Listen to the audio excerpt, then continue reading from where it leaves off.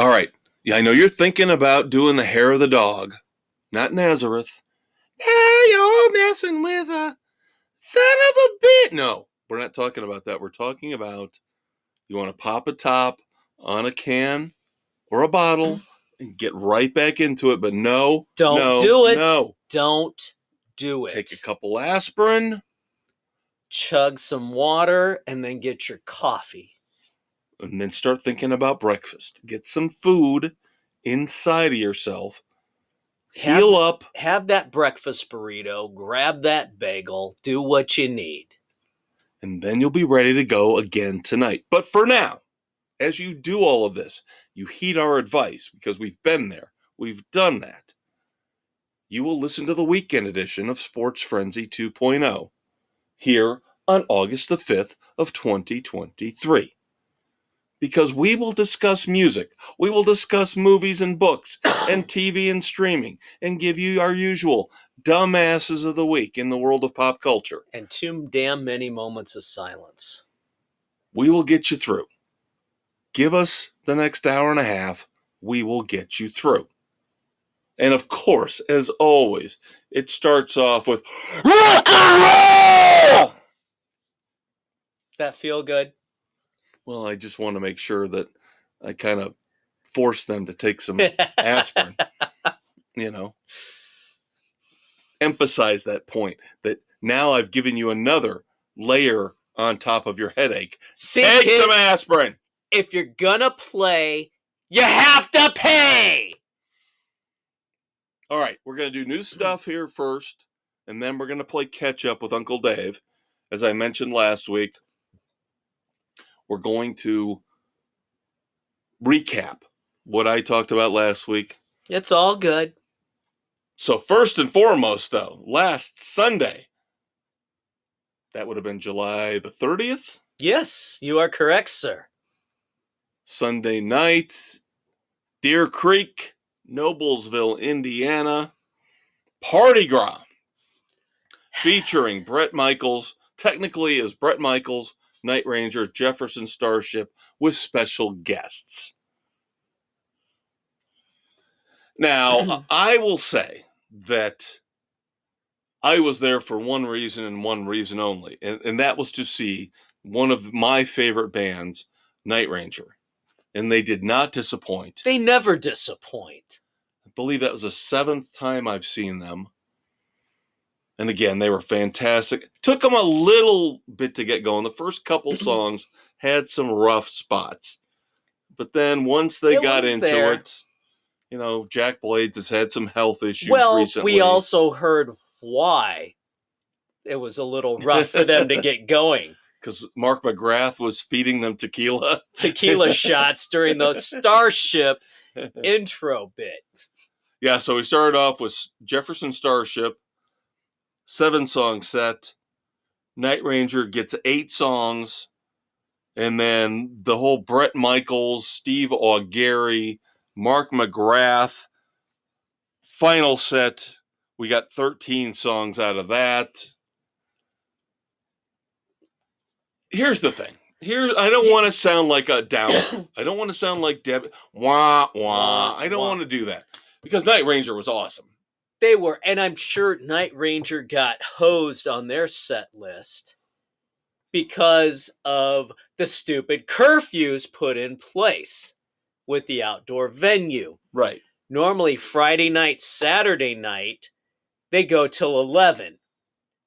Sunday night and probably other weekday shows, they have to be done by 10:30.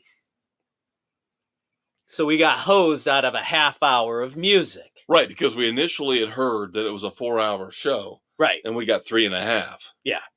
So we got hosed because of the stupid-ass curfew, because Deer Creek Music Center's been there for over 40 years, probably about 40 years, out in the middle of nowhere, and then everybody has to build all the apartments and all the housing complexes. And, the music bothers us. Too damn bad. Music was there before your stupid, sorry, whiny asses. Absolutely. Well said. So, because it was a Sunday night, maybe we did get short shrift a little bit there. But here's my thing. Now, Night Ranger, of course, last time I'll say it, 8 songs. I've seen them most of the time as an opener. A couple times we've seen them as headliners. Right. And when they get to play for an hour and a half, hour and 45, the set list is just phenomenal. You get everything, all the songs, because we didn't get 4 in the morning. We 3 or 4 hits we did not get. Yeah. It wasn't. We didn't get Goodbye. I mean, but I get it. You have to work with what you have. But I got Night Ranger, the song Night Ranger. That's all I needed. Awesome rendition. Yep. You didn't need 2 songs from Damn Yankees. 1 would have sufficed. See, I don't agree with you on that. And here's the thing. As a Night Ranger fan, I agree with you. But if it's a full-on set, if I'm running the show, I think people want to hear the Damn Yankees songs as much as they want to hear Night Ranger. I'm just thinking that's the crowd. Not me. Not me. I think the crowd wants to hear those Damn Yankee songs.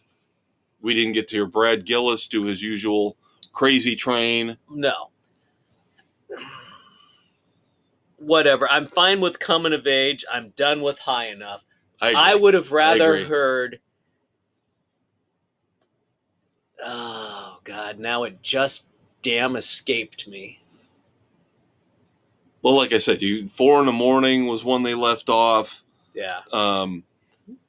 Didn't play anything off any of their recent albums. No, I mean, everything. You didn't get anything new, which they've got some damn good new stuff. Right. Everything was from the 80s. Yeah. Don't Tread on Me. I would have rather have heard Don't Tread on Me than High Enough from Damn Yankees if you're going to have 2. So, I'm going to separate Night Ranger from the other ones. As we should. Because it's solid. They don't disappoint. Right. I was looking forward to Jefferson Starship because I do like a lot of their songs, especially the songs from the Jefferson Starship era. Because, of course, there's 3 eras involved here. There's Jefferson Airplane, Jefferson Starship, and Starship. And they had songs from all 3. They did.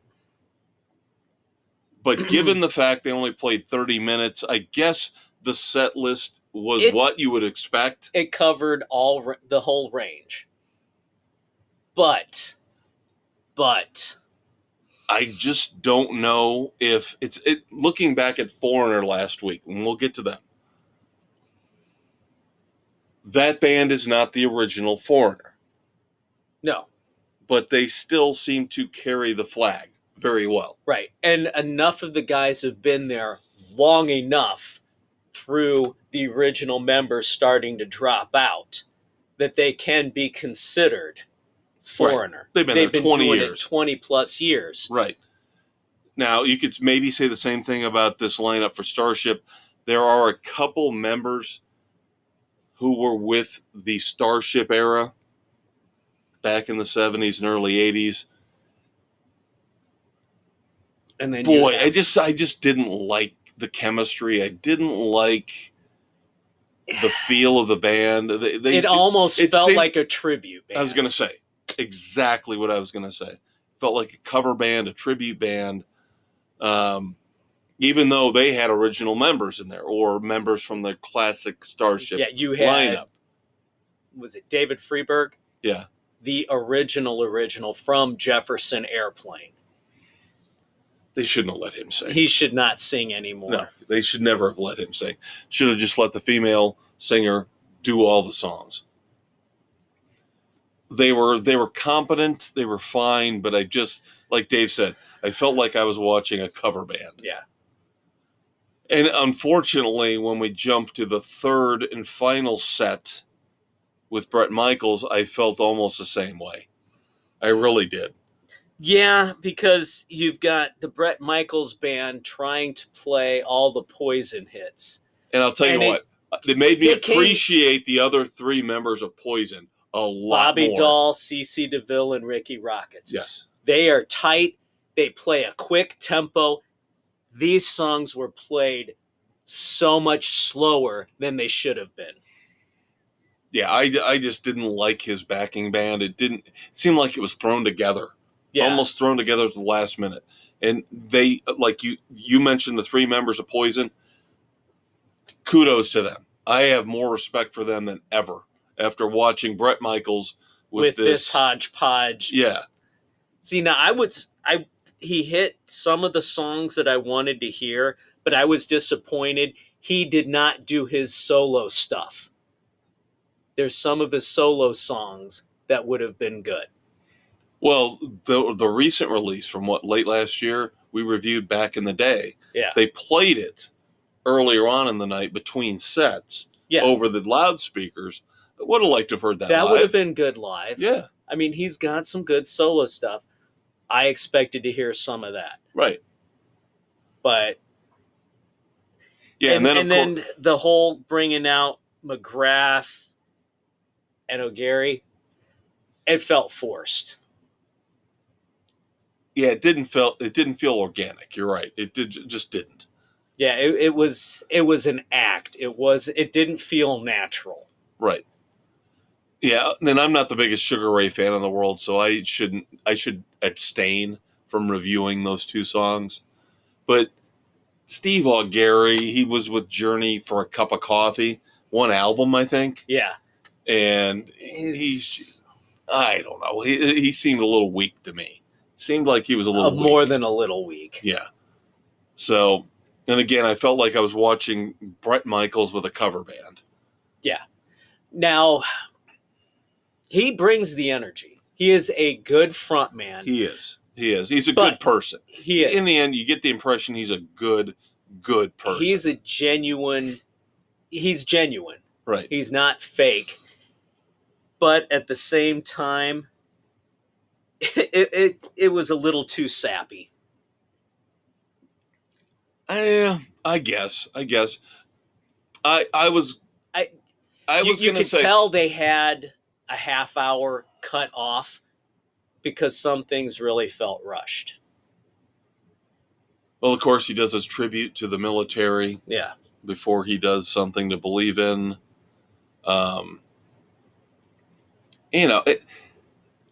I've always said, I was brought up this way. I think you were brought up this way. You always thank people, even if you don't have to. Right. You thank them anyway. And he was just over the top in thanking the audience and thanking everybody for making this possible for him.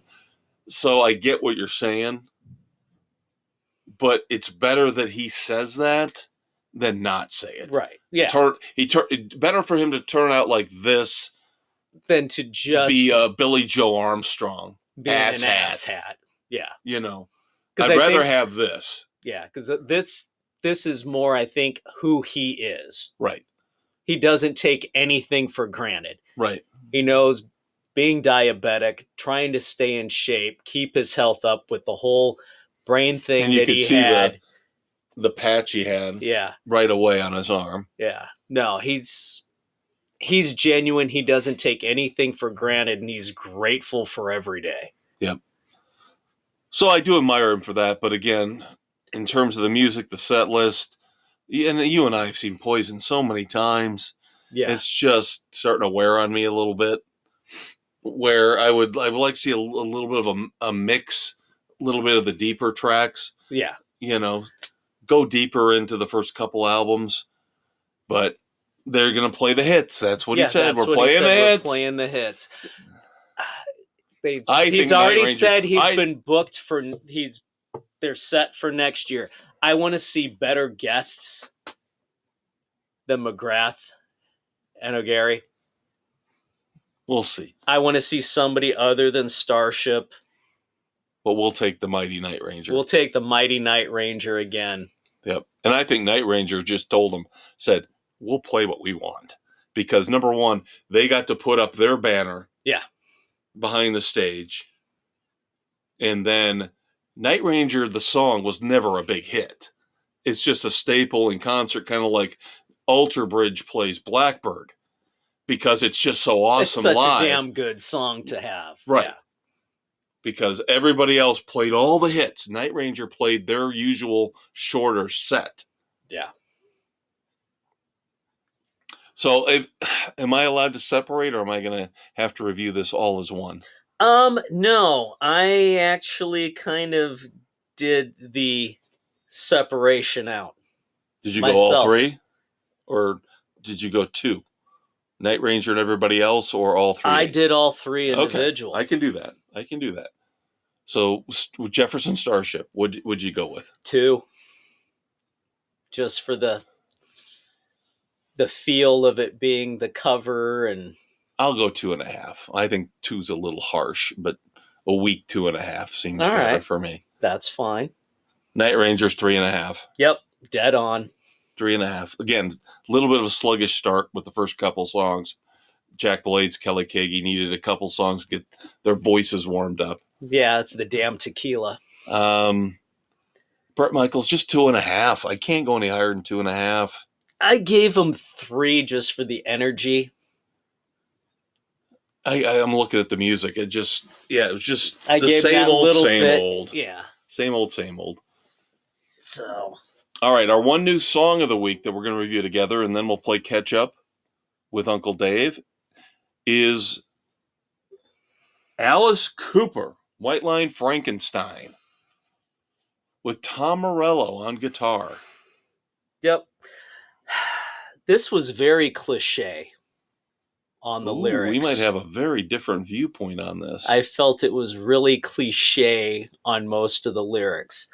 I loved the chorus and the music, but a lot of the lyrics through the verses just didn't quite hit for me. It felt like he's running out of material. Now, I felt like that with the first song we reviewed, I'm Alice. And when I saw the title of this, I was like, oh, God. You know, he's already done a song called Feed My Frankenstein. Right. But I actually kind of like this. I thought bringing in Tom Morello. Like I said, the guitar riff reminded me of Stone Temple Pilots' Vaseline. Yeah. If you get Tom Morello away from, number one, a microphone talking about politics, and away from Rage Against the Machine, he's really a damn good guitar player. Guitarist. Yes. He brings a lot to this song. I kind of liked it. I'm actually going to give it a 3. 3 frenzies. See, I'm going 2.5.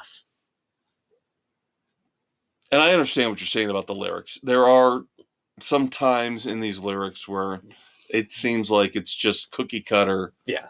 We're putting together here. We'll put take these pieces together, this piece together. Here you go. We've constructed Frankenstein. There you go. Yeah. Frankenstein. But the chorus is great. The musically, it's solid as hell. Yep. All right. So we give you I wouldn't say tepid, a pretty decent recommendation for White Line Frankenstein. It's not bad. All right. Now we move on to last week's stuff that I talked about that your Uncle Dave has got to catch up on, including our first concert of the Festival of Rock 2023, 6 straight weekends of rock shows. Yep, Loverboy opening for Foreigner. We'll keep this short and sweet. Yep. So, Loverboy sounded fantastic. Mike Reno sounded great. Looks awful. Looks awful. Face getting all beat red. You wondered, is he going to have a heart attack or stroke after this one?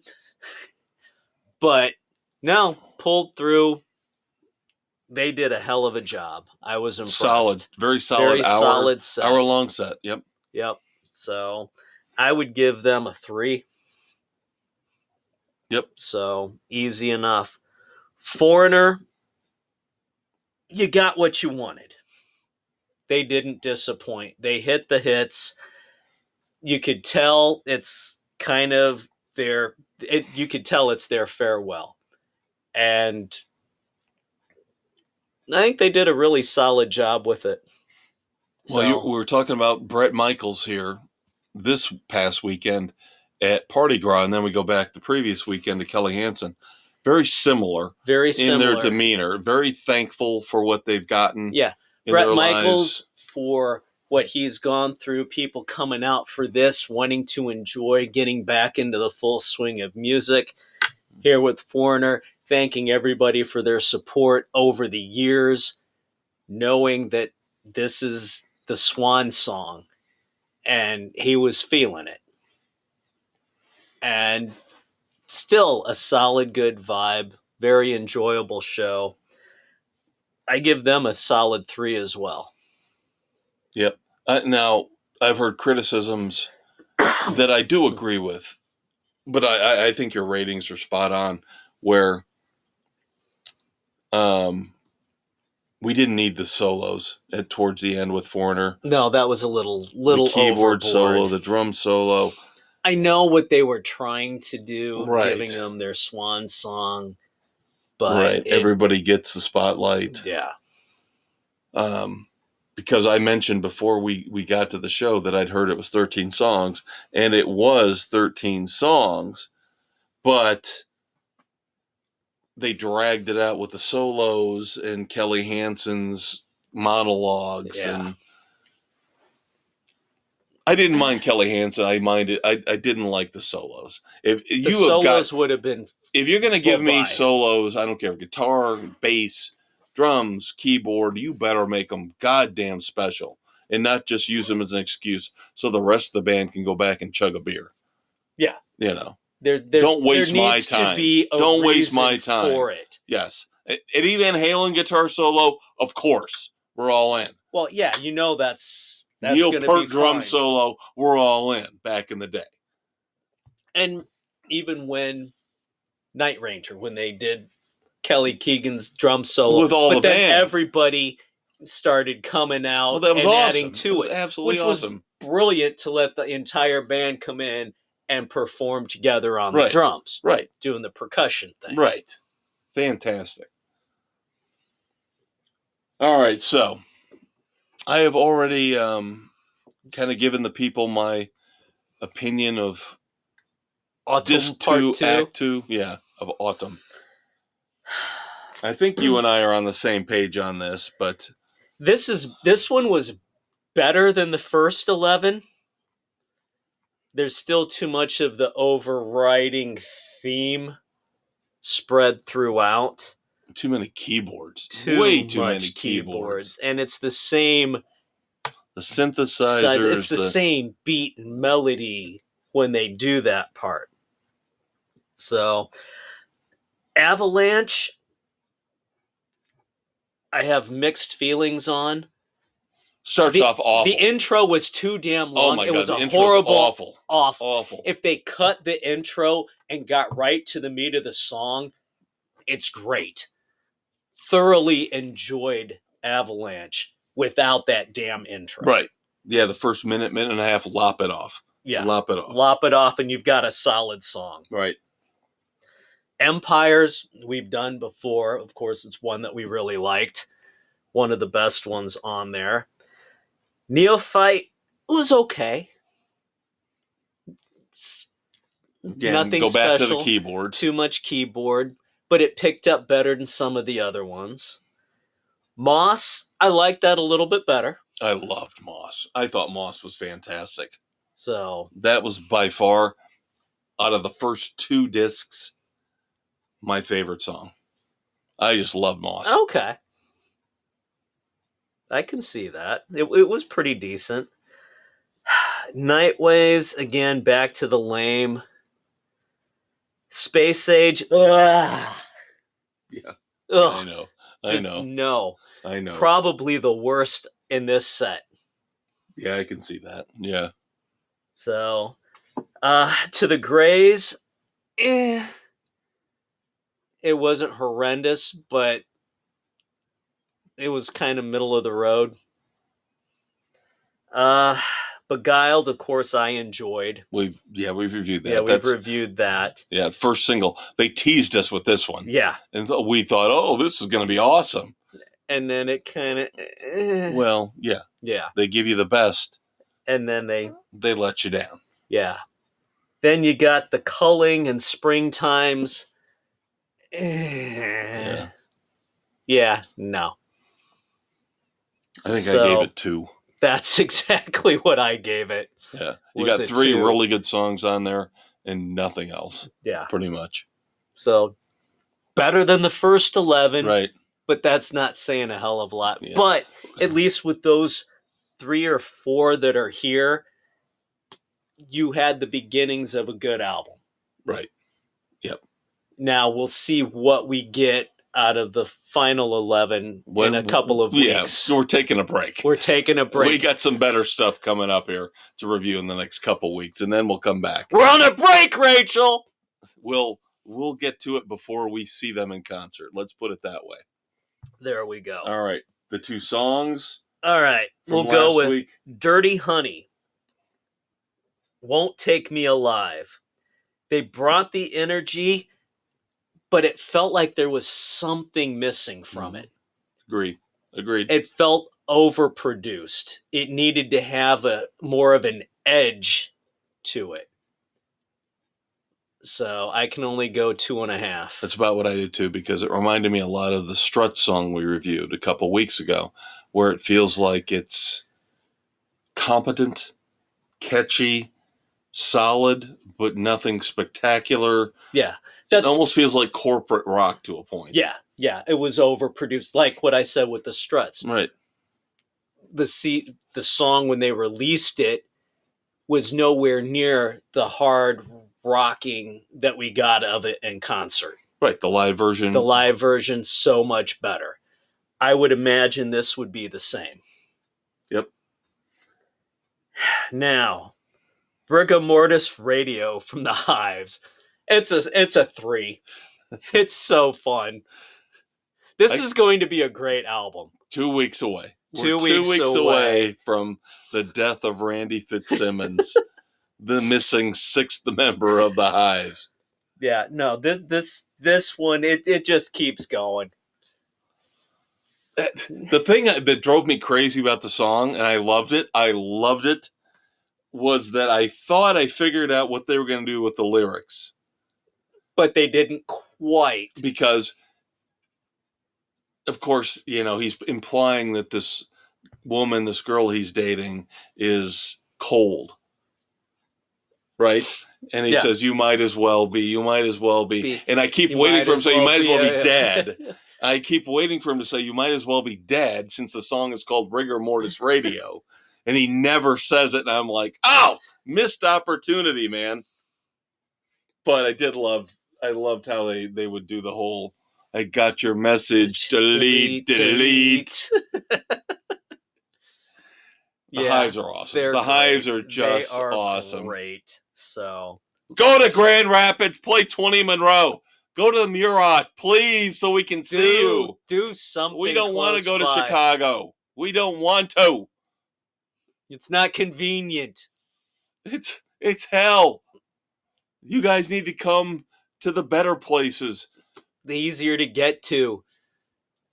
Fort Wayne. Go to Pierre's. Come on. You got options. Jesus. Just give us a show so we can see you. All right. That will wrap up our music segment for this week.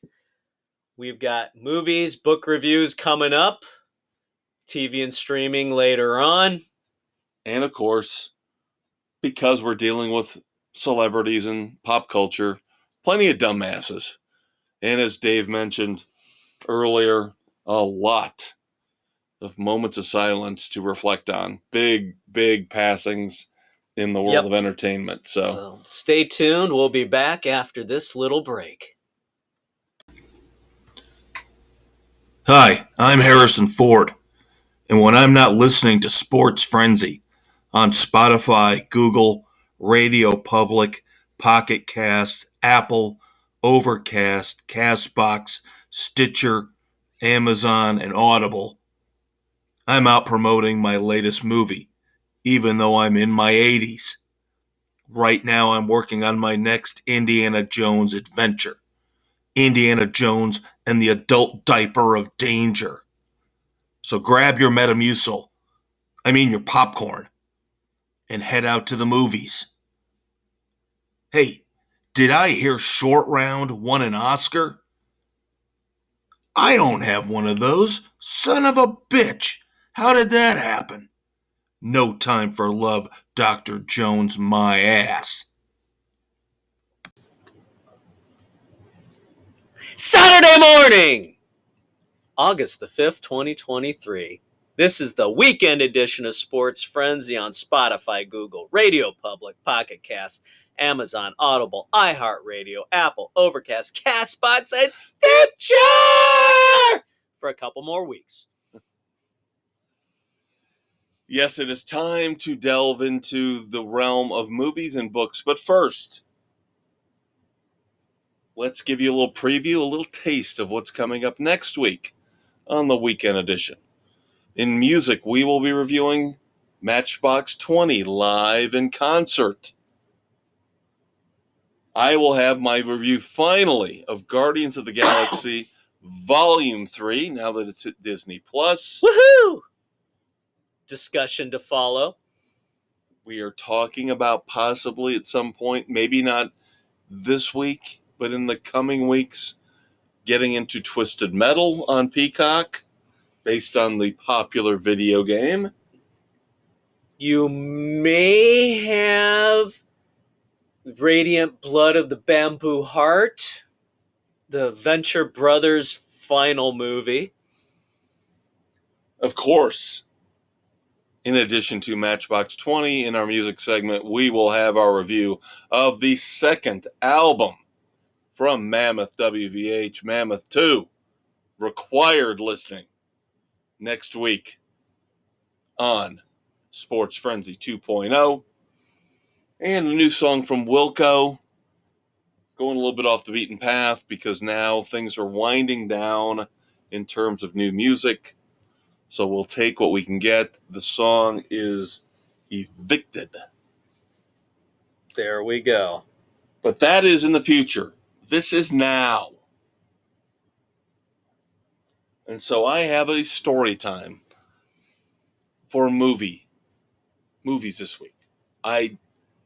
I know Dave and we've been kind of struggling to find some new movies to watch, and it's been kind of rough. The streaming services aren't really right now keeping up. I still don't understand how Peacock doesn't have Fast 10 yet. Should be well within the time that Fast 10 should be on Peacock. But I had a discussion at work last week because, of course, I like to keep things light and jovial and fun at work when I'm not yelling and screaming at the morons and the pinheads in the other departments about doing their jobs properly. But the people I work with try to keep it light. Tension breakers have to be done. So it popped into my head. Somebody from an office down the hall came in. She likes to stop in when she's cooking her food in the microwave right across the hall from us and pop in and say hello. What you guys listening to? Yep. And I said, all right, here we go. Your favorite comedy movies of all time. And they were kind of like, what? Huh? Like, what are your favorite funny movies of all time? And I didn't like the responses I got from them. Now, comedy is a very personal thing. You know, I get it. Certain things, people like Woody Allen, I never understood. Woody Allen sucks. Never understood the appeal of Woody Allen. Mel Brooks can be hit and miss. Right. Now, I will say something that will offend you. I don't think Monty Python is all that funny. It's hit and miss as well. But when you're discussing your favorite funny movies of all time, I have my top three, set in stone, locked in. Now, could somebody jump in at some... I don't have any faith in it because of the world we live in, but could some great movie jump in and take the place of one of these three? Possibly. You never know. Of course, I have 1A and 1B. I have Caddyshack, and I have Hot Tub Time Machine. And then after that, which I watched after this discussion last week, many people will not agree with me on this. But again, after watching it, even though it is from the 80s, I still think it is aged extremely well and is still Chicks funnier and than guns and fire trucks. trucks. Yes. Bachelor Party. I watched Bachelor Party this past week, and I still think it is goddamn funny beyond all belief. Bachelor Party is so underrated when it comes to comedies. You'll hear people say Big Lebowski, which is fine. I get it. I'd put probably top 10. Lebowski's top 10. Yep. It has its moments, but there aren't that many moments where you laugh out loud. And the thing is, gut-busting laughter. And the thing is, Tom Hanks, even though he went on to become a very serious actor for the most part, he still does lighter stuff. But come on. It was fun to see him just have fun. Bachelor Party. Volunteers. The Man with One Red Shoe. The Burbs. Yep. Come on. Joe versus the Volcano. Because he came in from comedy on TV. Bosom Buddies. Which, of course, starred Wendy Jo Sperber, who, of course, stars in Bachelor Party. But the cast, I mean, you've got Adrian Zmed as his foil, his best friend. You've got Michael Dudikoff, who at one point in time was trying to be an action hero, acting like the dumbest doofus on the face of the earth. You've got the geeky guy going in to have what he thinks is the night of his life, and it turns out the dude pee's standing up! And then proceeding to watch him wash himself with a massive sponge as he scrubs his genitals because he realizes what he's done to himself. But then he goes right back out to the party. And then, of course, you've got Tawny Katane. Not bad as an actress. She's okay. She's okay. She's likable. She does what she needs to do. No, she's not showing She's not off. getting stooped by David Coverdale in this. No, that's later. Yes, she actually plays a somewhat wholesome character. She does, surprisingly. And, you know, I enjoyed the heartfelt interchange between the two. You know, when Tom Hanks has got to explain what's going on and say, I did not sleep with anybody. You know, even though they kind of have that whole setup at the end where he pretends he doesn't know she's in the bedroom and jumps on her and goes, booga, booga, booga. It's like, why would you think he's even trying to? He's acting like a 2-year-old humping a Winnie the Pooh doll. When he's there in the door frame trying to smoke a cigarette with a stupid scarf around his Marlene neck. Dietrich or something, you know? But that's what makes the movie so goddamn great. You know, and then you've got the jealous ex-boyfriend trying to kill him with the crossbow, and he gets hung out of the window, and the poor couple trying to have a nice intimate night together, and he keeps intruding on them with his ass. Bachelor Party is awesome. Bachelor Party, I don't care what you think of me. 4 frenzies. It is one of the rare movies I will give always 4 frenzies to. I love Bachelor Party. I love Bachelor Party so much. And it was just nice to revisit it. And again, probably another 5-6 years from now, I will do it again and enjoy it just as much. Doesn't matter if it was set in the mid-'80s with the big hair. It doesn't matter. The story holds. It's donkey. The donkey with the drugs. And just sending the dead body up and down on the elevator. I'm telling you, kids, if this is not selling you on Bachelor Party, I don't know what will. It's the funniest dead equine outside of Animal House. Yes. Now, Animal House will be top 10 as well. But I just have a special place in my heart for Bachelor Party. So There you go. It gets the rare, unbelievably rare 4 frenzies. And it always will. It means that much to me. And there you go. All right, let's Very move nice. on to movie news before we get to books. Bad Hollywood. Bad movie news. Bad Hollywood. Stupid, greedy bastards, get off your asses and get to work. Quit pushing back things you have already done. Because we can't promote the movie because the actors and the writers aren't available for press. You know what? We don't care. We want to watch the damn movie. Cares? You don't need a fucking premiere. Who gives a shit about the actors walking on the red carpet to watch themselves on the screen? We don't care. We want the fucking movies. Give them to us. Don't penalize us for all of your corporate greed.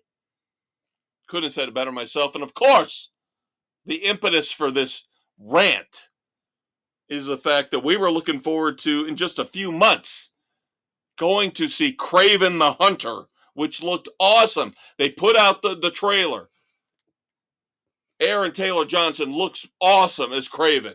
It looks like they might have gotten this one right. Of course, one of Spider-Man's biggest enemies getting his own movie like Venom. And what do? Because the actors aren't available for press. Guess what? Screw them and their egos. The movie was supposed to open in October of this year, gets pushed all the way back to the end of August 2024. A fucking almost a year.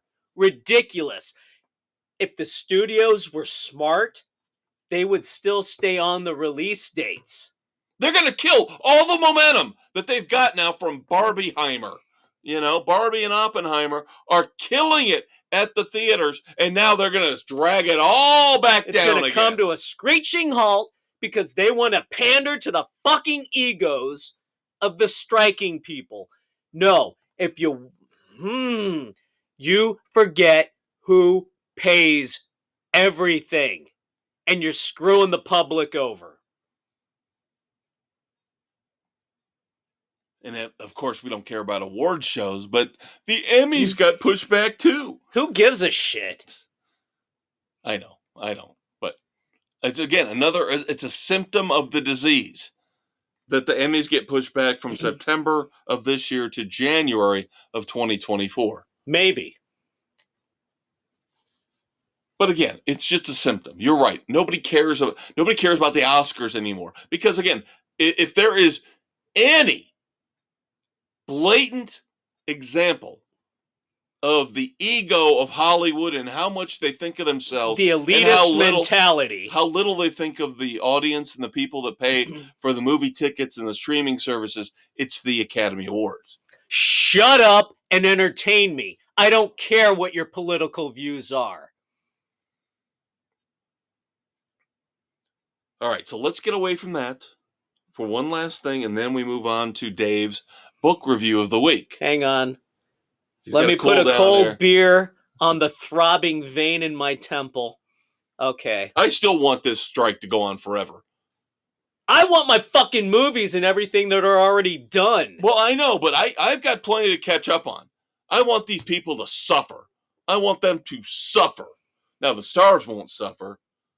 Oh, we're donating $1 million to a fund to keep people, so they can pay their light bills in their house. Yeah, pay your light bill in California. Good luck with that. That's as much as my mortgage here in Indiana. For a year. I get tired of the whole pat yourself on the back shit in California and Hollywood. Oh, we're such great people. We're such awesome. No, you're not. You're elitist douchebags. There might be a few decent people among you. I think Ryan Reynolds is decent. So there's a handful, but for the most part, I know we're kind of zombied out with all the Walking Dead spin-offs and everything, but I do find this one intriguing. News came out that they're hoping to start production by the end of the year. I know. On the 7th and final George A. Romero Living Dead movie. Twilight of the Dead is set to be in front of the cameras by the end of the year. You know what? It's the granddaddy of everything. He started it all. To wrap up the Romero stuff, I'm good with that. Yes. That's why I brought it up. I figured this man deserves the respect when it comes to the zombie genre. You know, even though people probably haven't watched the last 3, I've watched most of them. Yep. It's one, when this comes out, you're going to have to spend a weekend doing the retrospective. I think this could end up being huge because, especially if they promote it right and they say this is the final one from the granddaddy of the zombie genre, I think this could be a pretty big hit. If it's done well. If it's done well. If they can look at it and they can back it. Oh, black and white would just capture the moment. Just like the first. Just like the original. Yeah. Wouldn't that? I could see him doing like part of it in black and white. I don't know if they'll go the whole way, but it would just be that icing on the cake. Very intriguing thought there. Very, very nice. All right, so your Uncle Dave is going to take over because he has a book review for you this week, kids. Yes, I do. The Viper, John Verdun's latest Dave Gurney adventure case. So, Gurney, of course, I've reviewed the other books. Former New York detective, retired, called in one of the articles Sherlock, the greatest detective. 6 months after the Harrow Hill case, which I did not too long ago, reviewed the book, Dave and his wife are trying to get back to normal life when she asked him to listen to a friend of hers who's trying to get a former bad boy tennis star out of prison for a wrongful murder conviction. Doesn't believe he did it. Dave's like, but you don't want me to investigate anymore. She said, just listen to her. See whatever. Mixed signals. So Dave listens to her friend, starts investigating, looking into things, seeing if anything's there. Things get out of control quick. He's threatened by the DA in the area to back off. He's looking into it. Headless rabbits thrown into his car. He's run off the road and framed for a murder. And his wife's getting ticked off. And it's like, but you asked me to. You know this is what I do. So the investigation goes on and on. But at what cost? To his marriage? To his freedom? To his best friend, Hardwick? Where's it going to go? What's it going to cost him as he's hiding out in a tent on his property to avoid the police who are trying to arrest him for sticking his nose into things? And who is this elusive character behind everything? The Viper. This one took me a little while to get into. I don't know why. But it picked up towards the end. I'll give it a 3. There are some things where I'm like, all right, you drug this a little too long, or why did you go this route? But overall, a solid 3 frenzies. You sounded very excited about this one when you were describing it. Yeah. Very excited. It was very enthusiastic. It took me a week to get halfway through it. Oh my God, for you? Oh my God, that's a long time for you. Yeah, I know. It was a slog to get to that point. And then once it hit that tipping point, just over halfway, then it was just 2 days when I had it knocked out. So it just had to pick up that momentum. And I don't know, it just something didn't feel right through the first part, but it ended solidly. So Very, there very you cool. go. It's a decent series to read.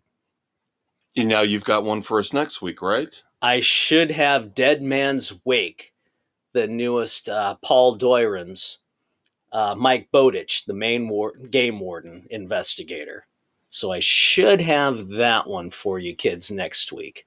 So Joe Pickett's not the only game warden investigator out there. Nope.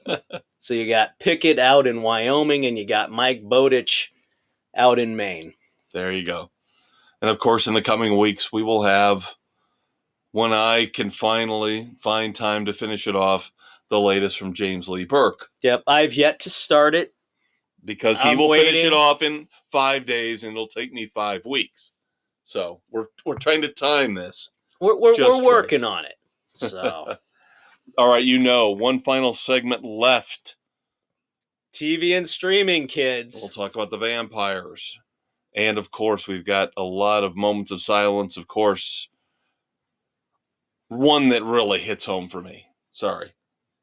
We were talking about our greatest favorite comedies of all time. This will come up in Moments of Silence. Arguably one of my top 10 of all time. And then, of course, we have plenty of celebrity dumbasses to discuss as well.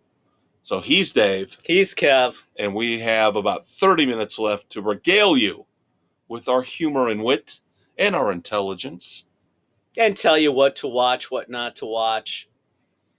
Now, there's nothing not to watch right now. In terms of what we tell you. What we tell you. Right. So, one final segment left after a quick promo break, and we will be right back.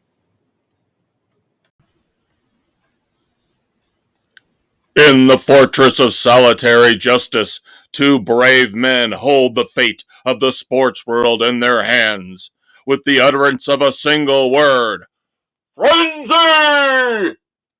These seemingly ordinary men become the maestro and the conquistador, destined to save the world from stupidity on Spotify, Anchor, Google, Apple, and all noble podcast hosts everywhere. Dave and Kev stand for truth, justice, and the frenzy way. All right, kids, third and final segment here on the Weekend Edition Sports Frenzy 2.0, taping August the 2nd, 2023, but this will hit, of course, Saturday morning, August the 5th, as always, your Saturday morning hangover cure. And by now, you should be feeling a little bit better, ready to take off the sunglasses, open up the drapes, ready to really begin your day. But before you do, let's tell you what to watch on TV and streaming. Let's pay homage to some greats that have left us in the past week in the world of entertainment. And let's, of course, then tear down the idiots in the world of entertainment in the Red Foreman Dumbasses of the Week segment. Now, of course, there are times when Dave and I, when we do the TV and streaming segment, we have shows that we watch together. And right now, this is peak time for that. Because we have What We Do in the Shadows, we have Tacoma FD, and we have the revival of Raylan Givens in Justified City Primeval. Yep, and I'm caught up except for Tacoma FD. Now, see, I'm behind on Justified. I've only watched the first 2. I have not gotten caught up on the other 2. Yeah, I think they're 4 as in we now. tape, Mrs. C and I watched episode 2 and 3 last night. Okay. Before the 4th one dropped. Gotcha. Yeah, because, of course, the taping schedule dictates what we can watch. And Justified, unfortunately, is the night before we do this. And it's So it's usually really too hard. late. Really hard to watch it right before. I could, but Mrs. C enjoys it, and she gets up much earlier than I do and isn't able to stay up that late to make it happen. Okay, so you're one ahead of me on that. You're ahead of me on Tacoma because I haven't had a chance to start that Yeah, I've yet. watched the first two on Tacoma. Justified, love Boyd Holbrook as the bad guy. Love him. He plays that nasty, I can do whatever the hell I want, try and stop me. Right. Not sure how I feel about Raylan Givens' daughter. You know, that's Oliphant's daughter in real life. Did not know that. Yep. I guess that tells me something because I don't see the chemistry between them on screen. I just don't. I don't feel the connection between them. She talks too soft. I just... And it doesn't feel like Raylan Givens' daughter would come out like that, turn out like that. I know, knowing who her mom, being so assertive and her own person, and Raylan's don't fuck with me. Right. So, I don't know. We'll see. It's only 2 episodes in, so we'll see what happens. Of course, the fish out of water story with putting Raylan in Detroit. Again, this book from Elmore Leonard was not a Raylan Givens story. So you have to keep that in mind, that this is a separate book that they put Raylan in. Right. And it's a phenomenal book. And we will see how it plays out. And of course, if it's Timothy Oliphant as Raylan Givens, chances are it's going to be damn good. Right. So just glad we've got it, given the fact that Hollywood's finding ways to fuck themselves over left and right now. At least they pushed this through and let us have City Primeval. And so you read the book? I did back in the day. Okay. When I was going to say, I just got it on Kindle a couple weeks ago. So it's been out for a while. No, I know it's been out for quite a while, but I got it for like $2 on Kindle. So there you go. Turn it down. It was an enjoyable read. I mean, it's Elmore Leonard. Come on. Yeah, and I've read a lot of his books. Never read Raylan Givens, though. That's the thing. Damn good. Yeah. They do a really good job bringing the character to life on screen. Very cool. Of course, Tacoma FD, you mentioned you haven't watched the first 2 episodes yet. I have. Do they pick up from where they left off? Arr, matey. But thankfully, we get through that pretty quick. And then the second episode is Proby hazing. Oh God, not a new Proby. A new Proby. Oh Lord. So far, I'm fine with it. The first 2 episodes have been very good. Very good. Excellent. The Proby one was probably better. Just because the first one kind of has to, like you said, bridge the gap between what happened last season and how do we resolve this. Yeah. And you get Joe Pantaleone, I'm sorry, he's just not. Joey Pants is, he's overrated. Well, just the screaming, yelling, father-in-law stuff. Yeah. It only goes so far. If you're not writing the character well, and his whole mission in life is to try to make everybody else miserable around him, then that only goes so far. Yeah. So we will catch up on Tacoma. Of course, What We Do in the Shadows. The vampires. Now, last week... Oh, my God. Last week, you missed out on... talking about what was probably one of the top episodes ever. so damn funny with the Focus. Pride Parade and Nandor going into space and Guillermo and Laszlo and his eczema on his back. exploring how little progress Guillermo has made in becoming a vampire. Transformation, yeah. Now, did you watch the next one? Yes, the with Colin Robinson. I did not like that episode. It wasn't just that storyline. That's the problem. No, Colin Robinson needs to be part of the whole group. Yeah, he cannot really be have effective. an episode fully centered on him. Everybody else has to be around him. And his paramour emotional vampire, she just doesn't, it doesn't work. No. I feel the same way about her as I feel about the one they've brought in from the Vampiric Council, who now is hanging around full time. Oh, yeah. I don't like her. Why? I just don't like her. I don't think she's funny at all. Point. No point to have. But I'm not going to lay all the blame on Colin Robinson on this because I don't like the storyline with Nadja and her little enclave. Reconnecting with her. Yeah, that was her heritage. Yeah, that was kind of. So in my opinion, they went from one of the best to one of the worst. Agreed completely. That this last one was just not good. Episode 4 was not very funny at all. It did not live up to. And Nandor trying to find a new friend because he feels like Guillermo's shutting him out because Guillermo doesn't want him to find out that somebody else turned him. Right. Yeah, you went from one of the best ever to the worst that they've done. Yeah. Yeah. And God, I hope we don't fall into the It's Always Sunny trap. Good, bad. Yeah. Yeah, very good call there. Yeah. And this is how things have gone here with, the schedule with all the concerts and everything and work is I have not even been able to get into season 2 of Star Trek Strange New World. I've watched one episode and this season's almost done. And I'm like, God, and I love this show. Yeah. But same thing with Joe Pickett.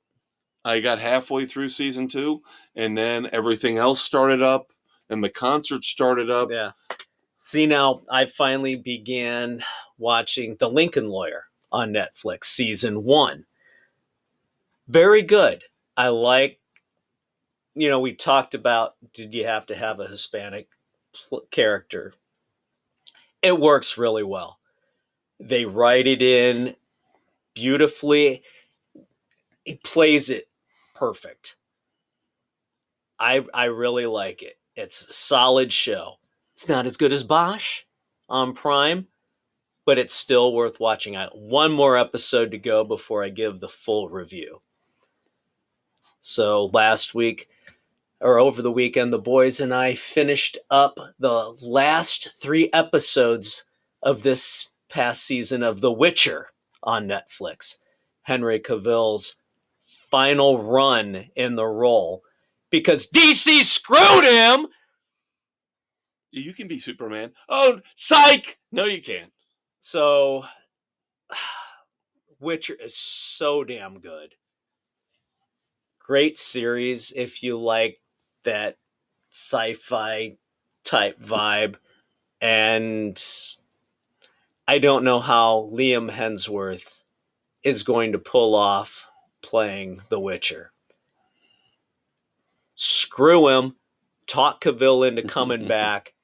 He doesn't have to worry about the next project. Just bring him back. He is Geralt of Ravenna. I like Henry Cavill a lot. He is. I do. I liked him as Superman. Good. I loved him in The Man from U.N.C.L.E. Yeah, he is awesome. Yep. He was great in Mission Impossible. I mean, I like him. I really do. The dude is a solid actor. Yep. So definitely check out The Witcher. Good stuff. And the boys and I, after we finished that, we watched the first episode of Pennyworth on Max. trying to get through that now. So very interesting the way it kicks in with the whole how he meets Thomas Wayne and the crap going on years and years ago in I watched London. that. The stuff going on in London. Right.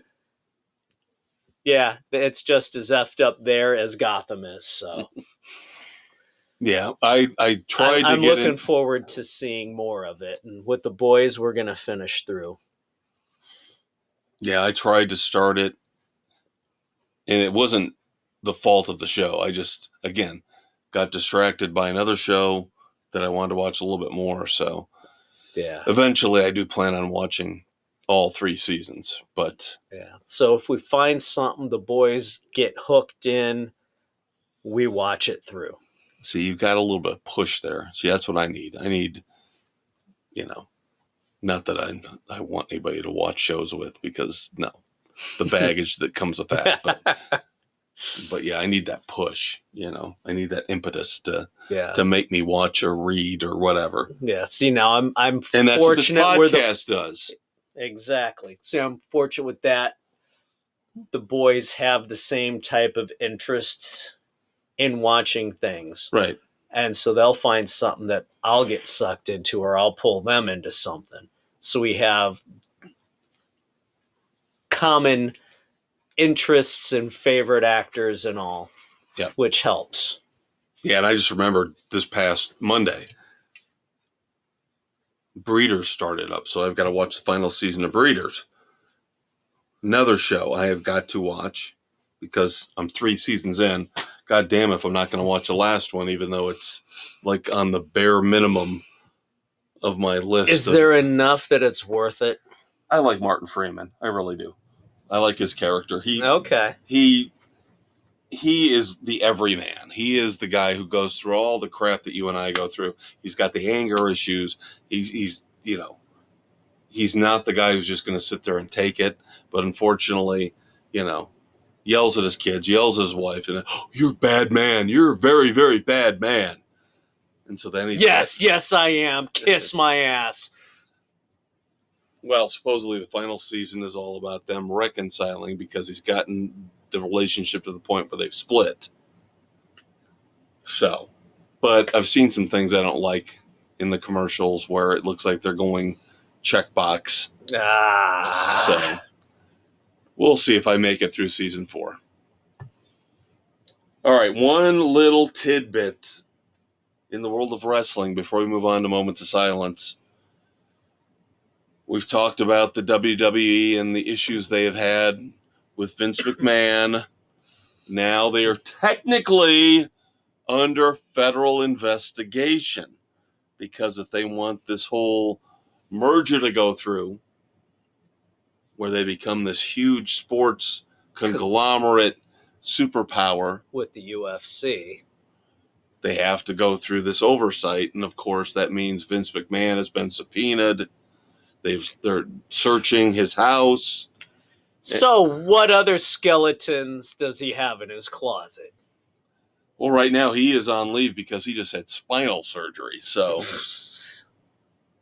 he's basically going to be laying on his back or on his front on his bed as they search his house and go through his drawers.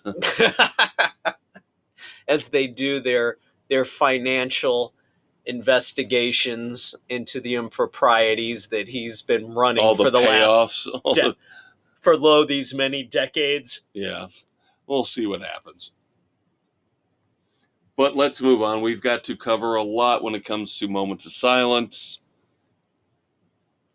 Of course, the big one, we should probably talk about this right away because there's a couple big ones actually, but the more recent of the major deaths in Hollywood. Again, I alluded to the fact this ties into my favorite comedies of all time because I just absolutely love Pee-wee's Big Adventure. And yes, Pee-wee. The stars are bright, big and bright, deep in the heart of Texas. What do you remember? I remember the Alamo. Woo! And the whole thing with Large Marge. I say we let him go. No. Just a classic, off the wall, funny movie. One of the few Tim Burton movies that I actually enjoy. Of course, Paul Rubens, the great Paul Rubens. Yes, he had his little moment of indiscretion. But in the grand scheme of coming things, back, it's not that big a deal. And he just silenced everybody when he hosted, what was it, one of the MTV Awards, where he came out not long after his little indiscretion, and he goes, "Heard any good jokes lately?" Whoop. Everybody lost it, and it was good to go from there on. Of course, he then ended up landing a job on Murphy Brown, getting an Emmy nomination. Yeah. There's a great story on UltimateClassicRock.com showcasing all of his major and minor film roles and TV roles throughout his career. The Blues dude Brothers had one hell of a career. Yes, he ended up showing up in a lot more stuff than you think he did. Yeah, especially early on. But again, Paul Rubens loses his battle with cancer that he fought silently, never said a word. Right. 6 years. 6 years. And again, he didn't really do anything wrong. He was abusing himself. Yeah. Technically. In an adult theater. Yeah. But the thing is, that's what everybody does in an adult theater. Because he was a quote unquote celebrity. Well, no, quote unquote kids actor. Well, yeah. On a kids show, even though it really was not a kids show. It wasn't a kids show. Come on. Pee-wee's Playhouse was not for kids. No. It was geared towards adults. And some of the stories that have come out after he passed blew me away. We loved Poker Face on Peacock. Yeah. Starring Natasha Lyonne. She was actually on Pee-wee's Playhouse and gave him credit for starting her career. I mean, you had Esapatha Murkison, who was on Law and Order later on. She was on the show. There you go. Paul Rubens played a huge part in a lot of people's lives. Yes. Between Pee-wee's Big Adventure and, of course, on TV, Pee-wee's Playhouse. Just loved it. Just loved him. I don't care what you think of him. I love him. I loved his movie. You know, anything he's been in. Yeah. He was good, and he will be missed. Thoughts and prayers to Pee-wee. Pee-wee Herman, Paul Rubens. Thank you for everything, the joy you brought into my life, into our lives. Everybody. Then, speaking of that, the other big moment of silence for the week doesn't get the credit he deserves as one of the co-founders of one of the biggest bands ever. But Randy Meisner, one of the co-founders of the Eagles, passed away here recently. And, of course, everybody thinks Don Henley, Glenn Frey, Joe Walsh. They don't realize it was Meisner at the beginning with Henley and Frey. Right. He was... Later on, so solid. Walsh and Felder and Timothy B. Schmidt came in later. But Meisner was one of the original three. Right. And sang lead on Take It to the Limit. Yep. One of their biggest hits. Yep. His showcase song. And he made it all the way through most of the classic era Eagles albums, the 6 albums. Because believe it or not, discounting the 2 albums after the reunion, Hell Freezes Over and Long Road to Eden, there were only 6 Eagles albums. Yeah. Yeah, not as many as you... They did not do as many as you would think they had done. Right, and Meisner was part of 5 of them. He was not with them for the long run. That was the only one. Yeah. So he needs to get the credit he deserves as a rock and roll icon. Absolutely.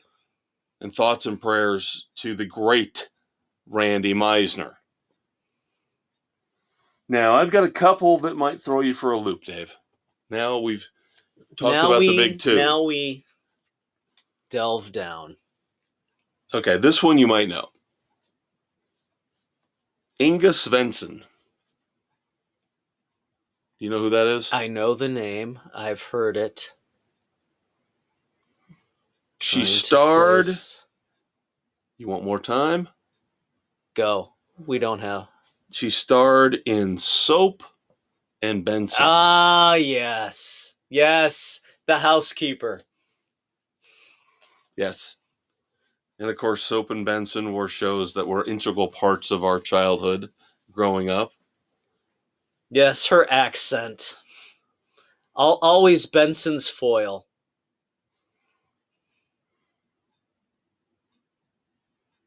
These two, I don't know if you're going to get. The last two I've got for you. I think we're going to go over, kids. I don't want to rush things, so we're gonna do a bonus segment for dumbasses. It won't take too much longer, but I don't want to rush it. Jerome Coopersmith. Does that name mean anything to you? Not offhand. I wouldn't expect him to. But once I tell you what he did, you'll be impressed. Jerome Coopersmith passed away here recently. He wrote over 30 episodes of the original Hawaii Five-0. There you go. I watched the original Hawaii Five-0, but too young to really have delved into who wrote, directed, Right. all that stuff. Right. No, I get that. And then finally, why not bring up a theme that we've had going on here over the last month or two on Sports Frenzy? Do we hate small people? Do we hate dwarves? Do we hate little people? Do we love little people? Should they be cast in movies? Should they not be cast in movies? And we're actually going to talk more about that in the bonus segment. But I find the hypocrisy ridiculous when I tell you about this. First off, thoughts and prayers to one Betty Ann Bruno. Who, you might ask, is Betty Ann Bruno?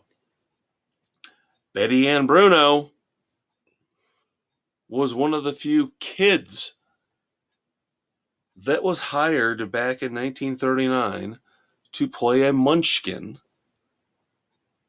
in The Wizard of Oz, along with all the dwarves / little people / height challenge people. So how would Peter Dinklage feel today if they hired a child instead of a dwarf or a little person or a height challenge person? Does Dinklage really care? Peter Dinklage can kiss my ass, and it wouldn't take that much work because he would just walk right straight up there. and do it. Right there. Peter Dinklage is an angry elf. Peter Dinklage is screwing everybody with his stupid ass, illogical takes. Peter Dinklage is the reason why in the new upcoming Disney Snow White, you don't have any 7 dwarves. Oh, it's the magical creatures, Dave. Oh, balls. Go out and look at the pictures, kids. Go out and look at the pictures and how stupid this Snow White movie. It's not gonna. If this movie makes $100 million, I'll be shocked. It looks idiotic beyond belief. Pathetic. When is Disney going to realize we don't want their remakes? So again, we're gonna give you a bonus segment because we don't want to give short shrift to the dumbasses. Oh, I guess I pissed off Dinklage again, didn't I? Who cares about the dink? Well, I could say can suck my dick, but again, that's just a short trip around from my ass. So I don't know if he has to just stop. Does he have to get on tippy toes? There you go. You know, Dinklage, you wouldn't have a career if it wasn't for those who have come before you. Time Bandits, Under the Rainbow, just to name a couple. Willow. I think that guy's upset now too. The guy from Willow's upset because he's kind of doing the same thing as Dinklage. Whatever. But we're not done with this yet. As I promised, it'll come up in our fourth segment. Bonus for you kids here on the weekend edition. Dumbasses coming up in just a minute. Hey kids, ready for a blast of dairy goodness? Pick up Sports Frenzy 2.0 milk at your local grocery store. Remember, when you drink Sports Frenzy 2.0 milk, you're not only enjoying a healthy treat, you're helping to locate missing sports heroes of the past and present. Our cartons and jugs feature pictures of Peng Shui, Ryan Leaf, and Sammy Sosa as we do our part to find the lost icons of the last 30 years. And don't forget our special weekend edition chocolate milk containers, available on Spotify, Google, Radio Public, Pocket Casts, and wherever you listen to your favorite podcasts, because they feature celebrities like Lindsay Lohan, Helen Hunt, and Jean-Claude Van Damme. Pick up a gallon today. Bonus segment here on the weekend edition. Taping August the 2nd, 2023. This hit is hitting as your Saturday morning hangover cure on August the 5th. He's a conquistador, Dave Height. He's the maestro, Kevin Crane. Didn't want to rush the four dumbasses of the week we've got because we've got talking points that might come up. I hate to rush. That's not giving the people out there or us the respect we deserve. It doesn't allow us to pile on to the idiots and morons. And speaking of which, we're going to continue with what we ended the last segment with. First dumbass of the week. Now, the little people, Peter Dinklage, the guy from Willow, everybody, they're all upset because they didn't want dwarves, little people, height challenge people in that Snow White debacle that Disney's putting together, that live action adaptation. So now, with Wonka, starring Timothy Chalamet, they decided to cast Hugh Grant as an Oompa Loompa. Now, Hugh Grant, of course, normal-sized dude. Right.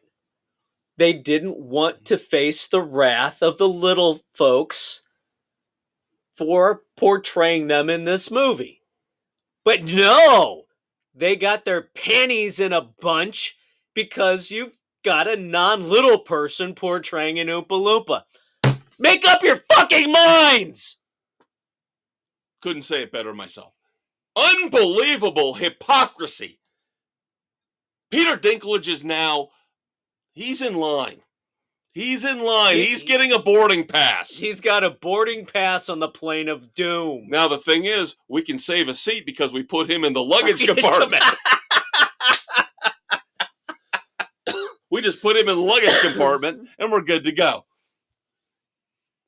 But make up your fucking minds, like Dave said. Do you want a fucking job or not? There are roles cast.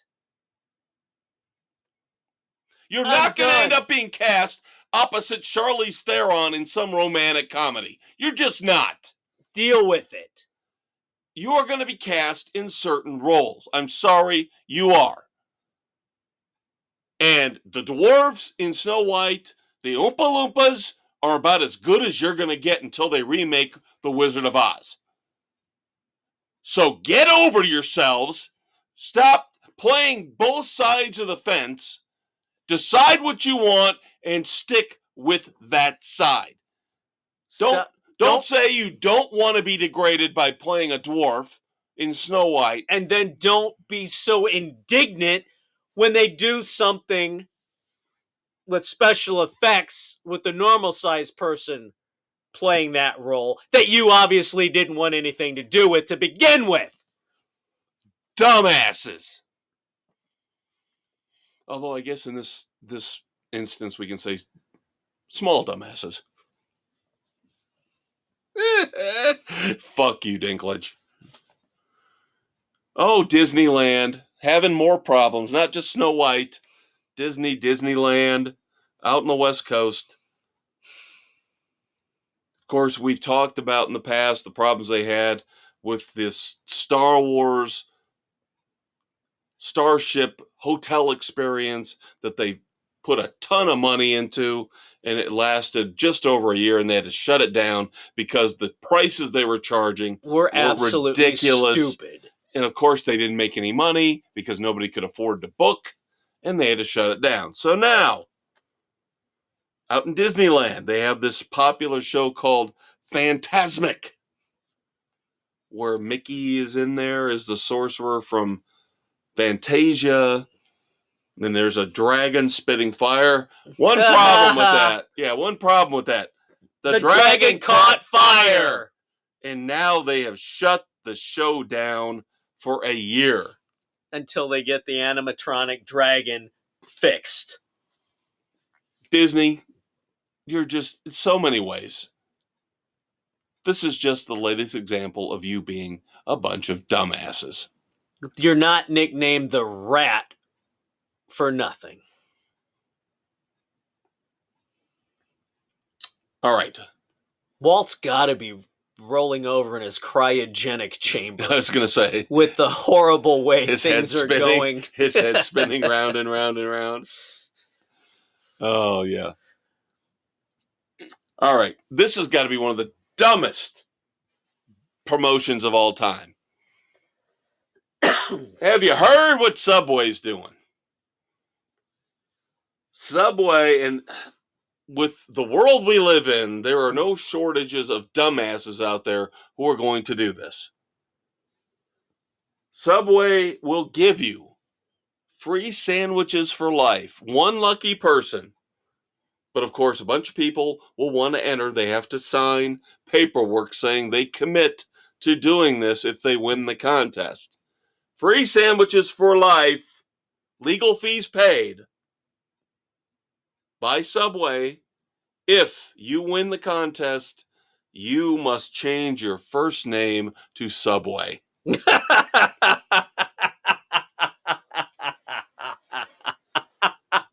It's better than tattooing Subway on your forehead.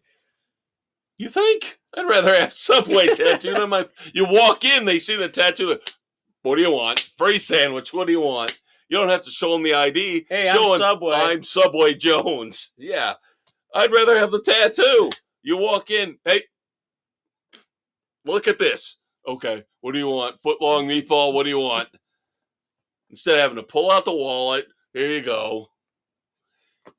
That at least would be a conversation starter at a party. Why do you have Subway tattooed on your forehead? Because I get it for life. Free sandwiches for life. Anytime I want it. Yep. I get a free foot long, and you could have one tonight too, baby. Ah. But yeah, the whole changing your name thing, some things are sacred. Stop. That's dumb. But then again, we live in a society where, a decade or two ago, somebody named their kid Espen after ESPN. Yeah. So there you go. There's no shortage of dumbasses to respond to this dumbass contest. Now, of course, I save the best or the worst for last because I know this will fire Dave up because it involves censorship of books. And we go down to Florida, Dave's favorite place in the world. Cracker-ass crackers. There is a school board member in a county in Florida who wants a certain book banned. A book involving beloved PBS character Arthur. The book is Arthur's Birthday. Now, why does he want the book banned? He wants the book banned because there is, I will say, a questionable reference in the book to the game Spin the Bottle. You know, we talked about this over the weekend at the concert. Right. I went, looked at the book.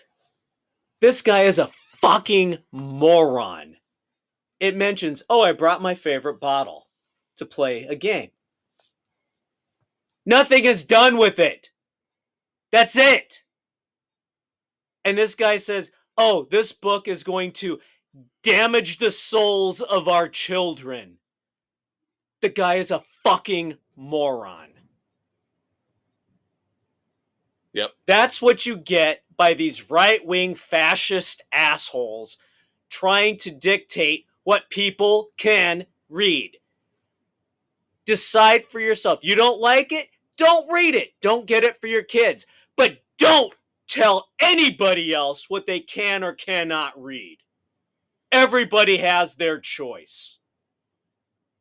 Absolutely agree. Absolutely agree. No, there should be no censorship. This, of course, makes me think of, for music, because music for me, Tipper Gore? yes, I go back to the PMRC, and I think about that, and I just get so fucking pissed off. And how she snuck in her little censorship. We're going to put labels on the music. And that lasted for a while, but eventually you'll notice that They're label not has there gone away anymore. anymore. Well, of course, now because it's all digital, but Just stop the fucking stupidity. yeah. Let all you people little decide. Hitlers out there, which goes to show you what the Moms for Liberty are all about, because on their newsletter, they had an Adolf Hitler quote. Jesus Christ, if you're quoting Adolf Hitler, how many idiots over the last 4 or 5 years have we heard that have come out and said stuff like, well, Adolf Hitler had some good ideas. Yeah, Adolf too many Hitler damn wasn't all that dumbasses. dumb. Adolf Hitler, wasn't really, he was kind of a smart guy. Retarded assholes. I'll never understand people like that. I never will. And you got them in county government up where we live.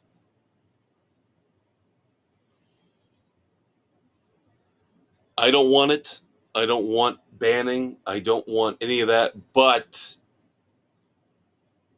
I have my issues sometimes with some of the content in terms of what's being taught in schools. I don't care what's in the library. Library is free reign.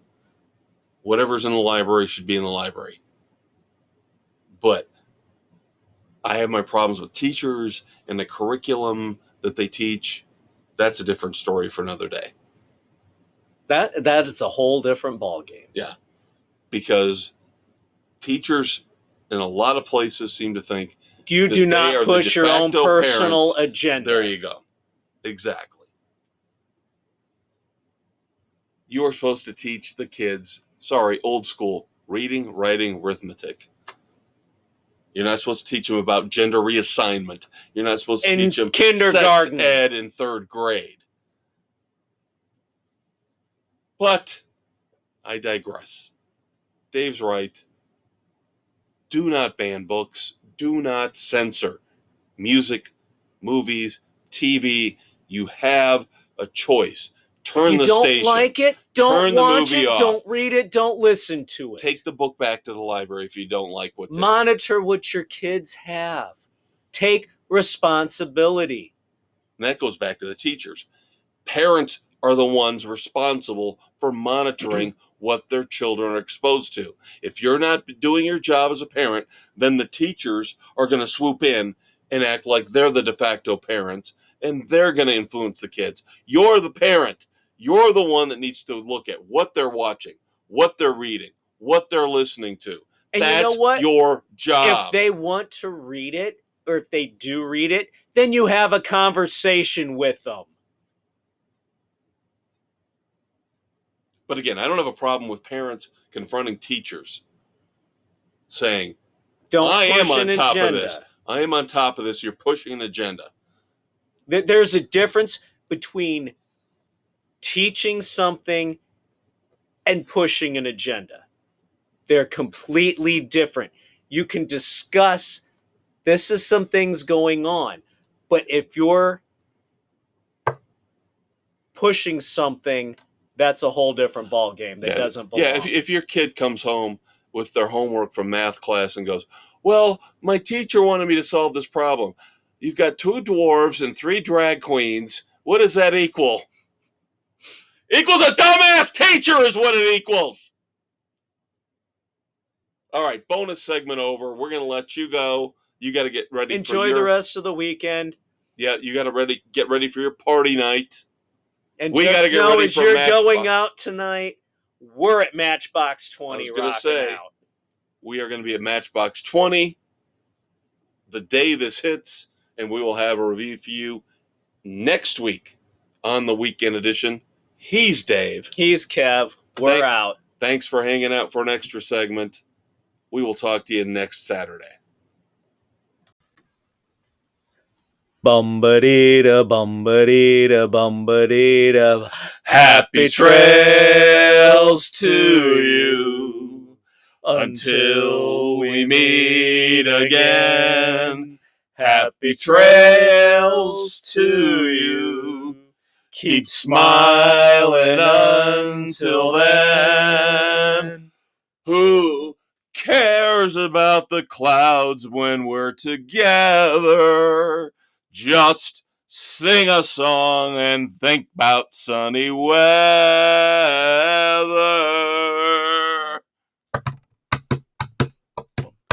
Happy trails to you until we meet again.